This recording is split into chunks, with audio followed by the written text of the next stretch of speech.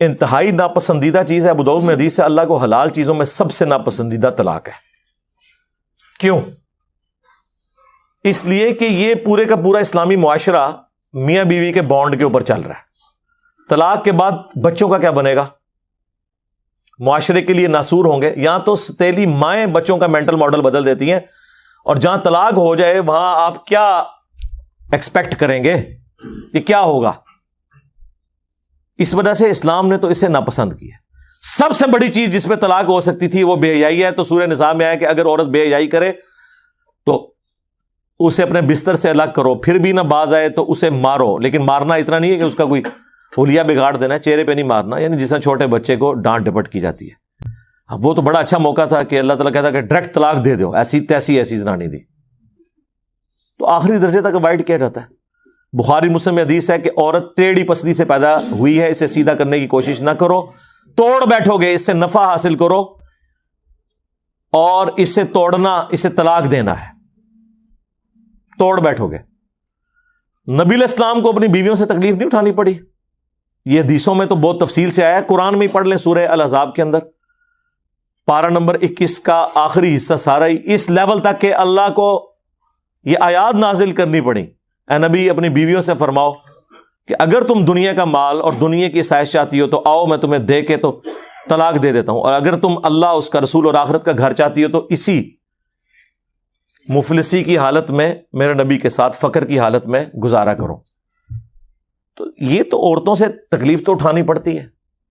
بخاری مسلم میں حدیث ہے نبی علیہ السلام نے فرمایا کہ عورت کی حالت ایسی ہے کہ پوری زندگی تم اس کے ساتھ اس نے سلوک کرو, اور کبھی ایک دفعہ کوئی تکلیف اسے تم سے پہنچ جائے تو یہ کہتی ہے جب سے تیرے عقد میں آئی ہوں نا سکھ کا ایک دن نہیں میں نے دیکھا. یہ بخاری مسلم دونوں میں حدیث ہے, اور یقین کریں اس کا تجربہ بارہا ہم خود بھی کر چکے ہیں. اور جب تجربہ ہوتا ہے تو غصہ نہیں آتا, بس نکلتا ہے صدق رسول اللہ صلی اللہ علیہ وآلہ وسلم. آپ رسول اللہ کو یاد کیا کریں, حضور کی حدیث یاد کیا کریں, نبی علیہ السلام کو جو تکلیفیں اپنی بیویوں سے پہنچی انہیں یاد کیا کریں, تو آپ کو صبر آ جائے گا کہ میں تو شاہی کوئی نہیں. ہاں یہ ہر جگہ فٹ ہوتا ہے, میں تو شاہی, تسی بھی شاہی کوئی نہیں. ٹھیک ہے نا, کمپرومائز کریں. جس نبی کی یہ تعلیمات ہوں اس کے ماننے والے روٹی صحیح نہ پکنے پر, سالن میں نمک کم ہونے کے اوپر غصہ کھا کے طلاق دیں تو لعنت ہے پھر ایسے لوگوں کے اوپر جو اپنے نبی کی تعلیمات کو پش دکھائے بیٹھے ہوئے. یہ تو نبی علیہ السلام نے تو باقاعدہ تلقین کی. بخاری مسلم میں حدیث ہے میں اپنے بعد سب سے بڑی آزمائش مردوں کے لیے عورتیں چھوڑ کے جا رہا ہوں. یہ اسپیسیفکلی میاں بیوی کے ریلیشن شپ کے اعتبار سے تھا. مسلم شریف میں حدیث ہے کوئی بھی مؤمن اپنی مؤمنہ بیوی کے ساتھ بغض نہ رکھے. مسلم شریف میں ایک اور حدیث ہے کہ دنیا برتنے کی جگہ ہے اور سب سے بہترین سرمایہ نیک بیوی ہے. نیک بیوی سے مراد مطلب آپ کیا سمجھ رہے ہیں کہ کوئی آئیڈیل ظاہر ہے, آپ کیا ہیں؟ یہ دیکھیں نا, لوگ اپنے آپ کو دیکھتے نہیں ہیں, اور وہ لوگ جو لڑکیوں کے کالجز کے باہر اسلامی بہنوں کی خدمت کے لیے کھڑے ہوتے ہیں ان سے بھی آپ ذرا پوچھیں نا کہ یہ جو عورت ہے اس سے تو شادی کرے گا جس کے پیچھے بھاگ رہو گا, لعنت بھیجو, ایسا نہیں زنانی منو چاہیے ہے. بدماش سے بدماش لوگ جی, کیسی ہو جی, وہ 5 وقت نمازی ہو جی, وہ نقاب کرتی ہو جی, پردہ کر دے, تو کیا کرنا ہے؟ ہاں جوڑے تے پھر اسمانہ تے بڑے نے, لب جائے گی تیرے نال دی تنو. تو یہ دیکھیں کہ آپ جو حرکتیں کرتے ہیں نا اس کے بعد آپ یہ ایکسپیکٹ نہ کریں کہ آپ کے ساتھ وہ والے معاملات نہیں ہوں گے. آپ جس طرح کے ہیں آپ کے ساتھ ویسا ہوگا.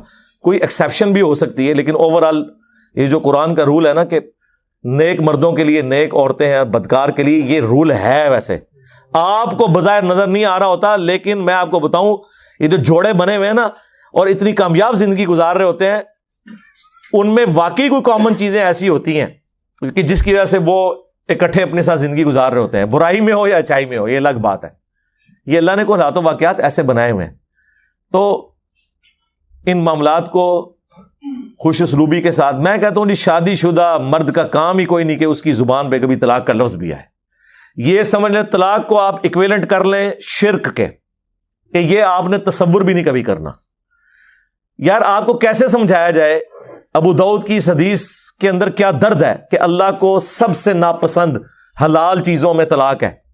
ابھی کتنی کنٹراڈکٹری سٹیٹمنٹ ہے بظاہر، لیکن میں ایکسپلور کرتا ہوں اسے۔ سب سے ناپسند طلاق ہے، اس سے اللہ تعالیٰ کی ناراضگی کا ذرا اندازہ کر لیں۔ اور لیکن ساتھ کا حلال، حلال اس لیے کہا کہ بعض اوقات جینون ضرورت پڑ جاتی ہے۔ کوئی مرد ایسا ہے جس کے ساتھ کوئی میڈیکل ایشو ایسا ہو گیا ہے اور دھوکے سے شادی کروا دی ہے، اور مرد ہے ہی نہیں تھا، تو ظاہر اب طلاق والا معاملہ ہوگا۔ کوئی مرد اتنا فنیٹک ہے کہ اپنی عورت کو وہ اذیتیں دیتا ہے، تو اب اسے اپنی جان بخشی کے لیے یا تو جان بچا لے یا اپنا گھر بچا لے، مجبوراً طلاق لینی پڑتی ہے۔ حلال اسے اس لیے رکھا گیا ایز اے لاسٹ ریزارٹ، بعض اوقات طلاق کی ضرورت پڑ جاتی ہے، ورنہ تو عورتیں غلام ہوتی مردوں کی اگر طلاق دینا جائز نہ ہوتا، یا طلاق لینا یا خلا لینا جائز نہ ہوتا۔ یہ تو غلام بنا کے رکھتے ہوئے، جس کے ہاتھ بھی آ گئی تو آپ جس طرح جانور پالا ہوا ہے زنجیر کے ساتھ، وہ اس کی غلامی رہے گی۔ تو یہ اللہ نے اجازت دی۔ اس سے مراد یہ نہیں ہے کہ جو ناجائز طلاقیں دی جا رہی ہیں وہ اللہ تعالیٰ نے ان کو حلال قرار دیا ہوا ہے، نہیں۔ جامعہ ترمذی میں حدیث ہے، جس عورت نے بغیر وجہ کی طلاق لی جنت کی خوشبو بھی نہیں پائے گی۔ اسے وائس ورثہ بھی کر لیں۔ ہاں، یہ نہ سمجھے کہ یہ عورت کے لیے ہے، یہ نہیں ہے کہ قرآن میں جتنے مردوں کے لیے سیکھے آئے ہیں تو عورتیں مبرہ ہیں اس سے۔ ایک ورسٹ کیس کو ڈسکس کیا جاتا ہے اور باقی چیزیں انڈرسٹوڈ ہوتی ہیں۔ تو مرد و عورت کا ریلیشن شپ یہ بہت غیر معمولی ہے۔ جامعہ ترمذی میں حدیث ہے، تم نے کوئی بھی محبت کرنے والے دو میاں بیوی سے بڑھ کے نہیں دیکھے ہوں گے۔ یہ ایک ایسا پاکیزہ رشتہ اللہ تعالیٰ نے رکھ دیا ہے۔ قرآن میں اللہ نے فرمایا سکون رکھا ہے میاں بیوی میں ایک دوسرے کے لیے، پھر اللہ تعالیٰ نے فرمایا ایک دوسرے کا لباس ہے۔ یہ ایک بڑا متبرک رشتہ ہے جس کو اللہ تعالیٰ نے اپنے انبیاء کرام کی سنت ٹھہرایا، اور پوری آئلی زندگی سورۃ البقرہ میں اللہ نے ڈسکس کی ہے کس لیول پہ جا کے، صرف یہ بتانے کے لیے کہ اللہ کے نزدیک یہ کتنی اہمیت کی چیز ہے۔ اس لیے کامیاب مرد وہ ہیں جو رن مرید ہو۔ ہاں، اور غصہ آئے تو نہ نکالیں، خود نکل جائیں۔ یار مولا علی اور سیدہ فاطمہ کی جب لڑائی ہوئی ہے، بخاری مسلم میں آیا ہے، تو حضرت علی گھر سے نکل گئے۔ یہ ہے تربیت۔ ظاہر ہے مولا علی کی پرورش نبی الاسلام نے کی تھی۔ تو جب کبھی بیوی پہ غصہ آئے تو یہ جو کتنے ظالم قسم کے مرد اور ساسیں ہیں، وہ عورتوں کو پورا پورا دن گلی میں باہر کھڑا رکھتے ہیں۔ آج کے زمانے میں بھی ایسے لوگ کر رہے ہیں، جبکہ حضرت علی علیہ السلام کا اختلاف ہوا ہے۔ یہ چھوڑ دیں غلطی فاطمہ کی تھی یا علی کی، تو سیکنڈری چیز ہے۔ حضرت علی ڈومیننٹ ہونے کے باوجود شیر خدا، تو آڈے ورگا کوئی بزدل مرد نہیں، شیر خدا ہو کے گھر سے باہر نکل گئے۔ کیوں؟ اس کی وجہ یہی ہے کہ اس رشتے کو آپ نے اسی طریقے سے نبھانا ہے۔ وہ جو بخاری مسلم میں حدیث ہے، نبی علیہ السلام اپنی بیویوں سے 1 مہینے کے لیے ناراض ہو گئے تھے اور گھر کی چھت پہ شفٹ ہو گئے تھے، ایلا کیا تھا آپ نے، اور پھر آیات نازل ہوئیں۔ اسی دوران حضرت عمر کہتے ہیں میں ملنے گیا، پہلے تو امہات المومنین اپنی بیٹی کو جا کے ڈانٹا کہ یہ تم لوگ یہ کر رہی ہو، پھر حضور کے پاس آئے اور کہتے ہیں میں نے کوشش کی کہ بھئی حضور کو ہنسانے کی کوشش کروں، اور جب میں چھت پہ چڑھا تو ایک کونے میں چھوٹا سا مشکیزہ لٹکا ہوا ہے، ایک چٹائی پہ حضور لیٹے ہوئے ہیں، اوپر بھی چادر کوئی نہیں، صرف تہمت باندھی ہوئی ہے، آپ اٹھے ہیں، جسم پہ چٹائی کے نشان۔ حضرت عمر نے رونا شروع کر دیا، یا رسول اللہ کیسروں کس طرح دنیا کے مزے لوٹ رہے ہیں اور آپ اللہ کے پیغمبر ہو کے یہ آپ کی حالت ہے۔ آپ نے فرمایا لگتا ہے عمر ابھی بھی دنیا کی حقیقت تم پہ نہیں کھلی، کیا تم اس پہ راضی نہیں ہو کہ کیسروں کس طرح دنیا کے مزے لوٹیں اور ہم آخرت کی سعادت؟ پھر سرکار حضرت عمر کا قبلہ ایسا صحیح ہوا ہے کہ نہ حرام کھایا نہ کھانے دیا کسی کو۔ اس طرح اسٹرکٹ مینجمنٹ انہوں نے رکھی ہے اپنے دور میں۔ جس نے یہ سارے منظر خود دیکھے ہوں اور اگر وہ واقعی جینون مومن ہو تو وہ اسی طریقے سے اپنے پیغمبر کو فالو کرے گا۔ پھر وہ بخاری مسلم کے الفاظ ہیں، کہتے ہیں میں نے اب سوچا میں حضور کو کوئی ایسی بات سناؤں کہ آپ کا موڈ آف ہے تو آپ ہنسیں تو کہتے ہیں یا رسول اللہ دیکھیں جب ہم مکے میں تھے کس طرح ہماری بیویاں ہماری یعنی وہ کیا ہم کوئی غلام ہیں؟ ہاں، کس طرح یہ ہماری اوبیڈینٹ ہوتی تھیں. جب سے مدینہ شریف ہم آئے ہیں تو یہاں انصار کی عورتوں نے تو اپنے جڑوں کو دبا کے رکھا ہوا ہے، ان کو دیکھ کے ہماری بیویاں بھی دیکھیں کتنی شیر ہو گئی ہیں.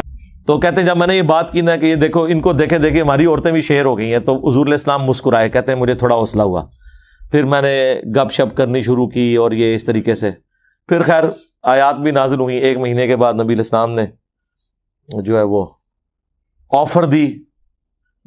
یہ آیات نازل ہوئی سورہ احزاب کی، حضرت عائشہ، حفصہ، باقیوں کو کہ دیکھو اللہ نے مجھے اجازت دے دی ہے، چاہے تو تم میرے عقد میں رہو اسی فقر کی زندگی میں، اور اگر دنیا کا مال چاہتی ہو تو ٹھیک ہے میں تمہیں طلاق دے دیتا ہوں.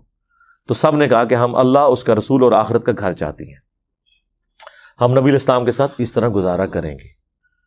تو یہ نبی علیہ السلام کی جو اپنی آئلی زندگی ہے نا، یہ جب پتہ ہی نہیں ہوگی تو کس طرح عورتیں اوبیڈینٹ ہوں گی اور کس طرح مرد اپنے عورتوں کے ساتھ حسن اخلاق سے پیش آئیں گے.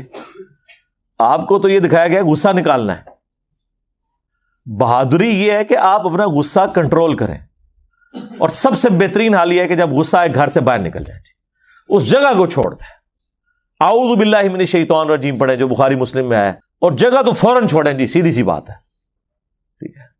دروازہ بے شک زور سے مار کے چلے جائیں، ٹھیک بات ہی تسی کرانا ہے، زنانی نو کچھ نہ کہو، ہاں بس.